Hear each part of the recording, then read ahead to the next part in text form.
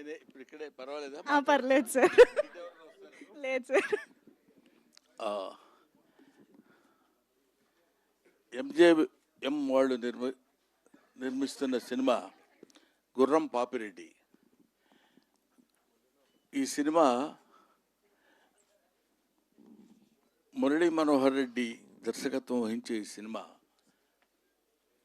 ఇతను అంటే నాది ఒక ఈ మొత్తం సినిమాకి నడిపించేటువంటి కథ నడిపించి దాన్ని ప్రేక్షకులకు తెలియపరిచేటువంటి ఒక జడ్జి క్యారెక్టర్ నాది. చాలా డిఫరెంట్గా కొత్త పద్ధతిలో కొత్త పందాలో, బహుశా మీరు ఈ ట్రైలరు ఇవి చూసినప్పుడు మీకు అర్థమై ఉంటుంది. ఒక నూతనమైనటువంటి పద్ధతిలో ఇప్పటికి కావాల్సిన యంగస్టర్స్కి కావాల్సినటువంటి ట్రెండ్లో ఈ సినిమా తీశాడనిపించింది. కథ కూడా చాలా డిఫరెంట్గా ఉన్నటువంటి స్టోరీ గుర్రం పాపిరెడ్డి అని. అందులో మా ఇది అతని పేరేంటి, జీవన్. ఎక్కడున్నావు జీవన్? ఇందులో ఒక ఇంపార్టెంట్ క్యారెక్టర్, అంటే సాలిడ్గా ఉండే క్యారెక్టర్. అందులో కూడా క్యారెక్టర్ కూడా అట్లాంటిదే.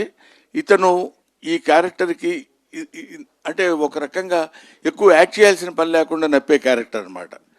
సో ఈ జీవన్ రెడ్డి ఇలాగా ఇప్పుడు వీళ్ళందరి గురించి చెప్తుంటే ముఖ్యంగా ఈ సినిమాలో స్పెషల్ అట్రాక్షన్ యోగిబాబు.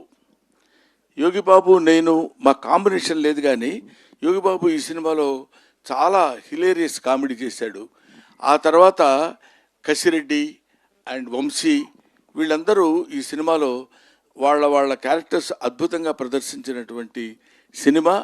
వాళ్ళ అంత బాగా చేయటానికి ఉపయోగపడినటువంటి వాళ్ళు చేయించుకున్నటువంటి వ్యక్తి దర్శకుడు.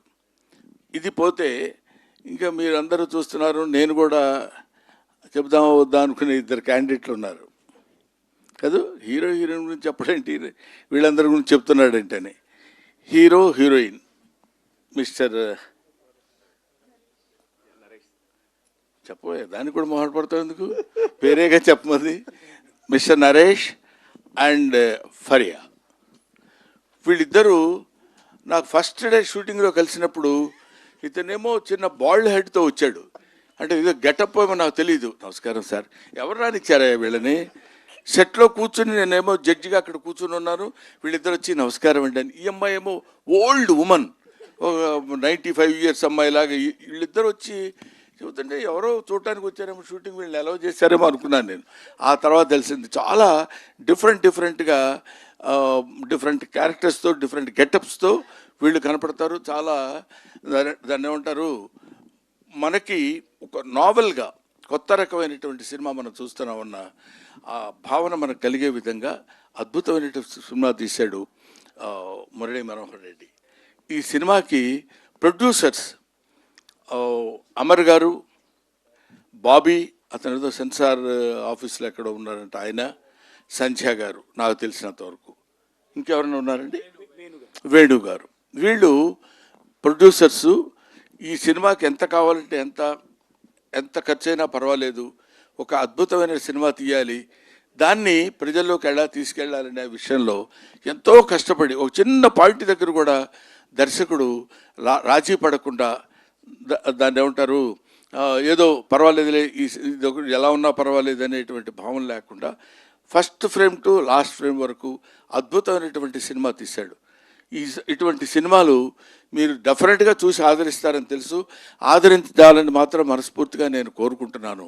ఇటువంటి సినిమాలు తీస్తే, ఇలాంటి ప్రొడ్యూసర్స్ కొత్తగా వచ్చిన వాళ్ళు ఇంకా మంచి సినిమాలు తీసి ఇంకా బోల్డన్ని సినిమాలు తీస్తే ఎన్నో కుటుంబాలు బతుకుతాయి. మన సినిమా కళకళలాడుతూ నిత్య కళ్యాణం పచ్చతోరణంగా ఉంటుందని ఒక ఓల్డ్ ఆర్టిస్ట్ లాగా మీ ముందు మనవి చేస్తున్నాను. ఓల్డ్ ఆర్టిస్ట్ అంటే కంటే ఎక్స్పీరియన్స్డ్ ఆర్టిస్ట్ లాగా మీ ముందు మనవి చేసుకుంటున్నాను. You bless them. రేపు 19వ తారీఖు డిసెంబర్ 19న ఈ సినిమా రిలీజ్ కాబోతుంది. అందరూ పాపం బాగా టెన్షన్ పడుతున్నారు. ఇప్పుడు ఈ టెన్షన్లో నేనేమొస్తాను, 2 గంటల నుంచి 3 గంటల వరకు, అంటే జస్ట్ డెఫినెట్గా నిద్రపోయే టైం అది నాకు. స్పెసిఫిక్గా నిద్రపోయే వాళ్ళ సంగతి నాకు తెలియదు. కానీ ఈ టైంలో మీరు ఇక్కడికి వచ్చేస్తే బాగుంటుందండి అని చెప్తే, సరే ఈ ఒక్కరోజు నిద్ర మానుకోవడానికి పెద్ద దేశం ఏమి కొంపలు మునిగిపోవు, ఉక్రెయిన్ యుద్ధం ఆగిపోదు, కాబట్టి వెళ్ళొచ్చు.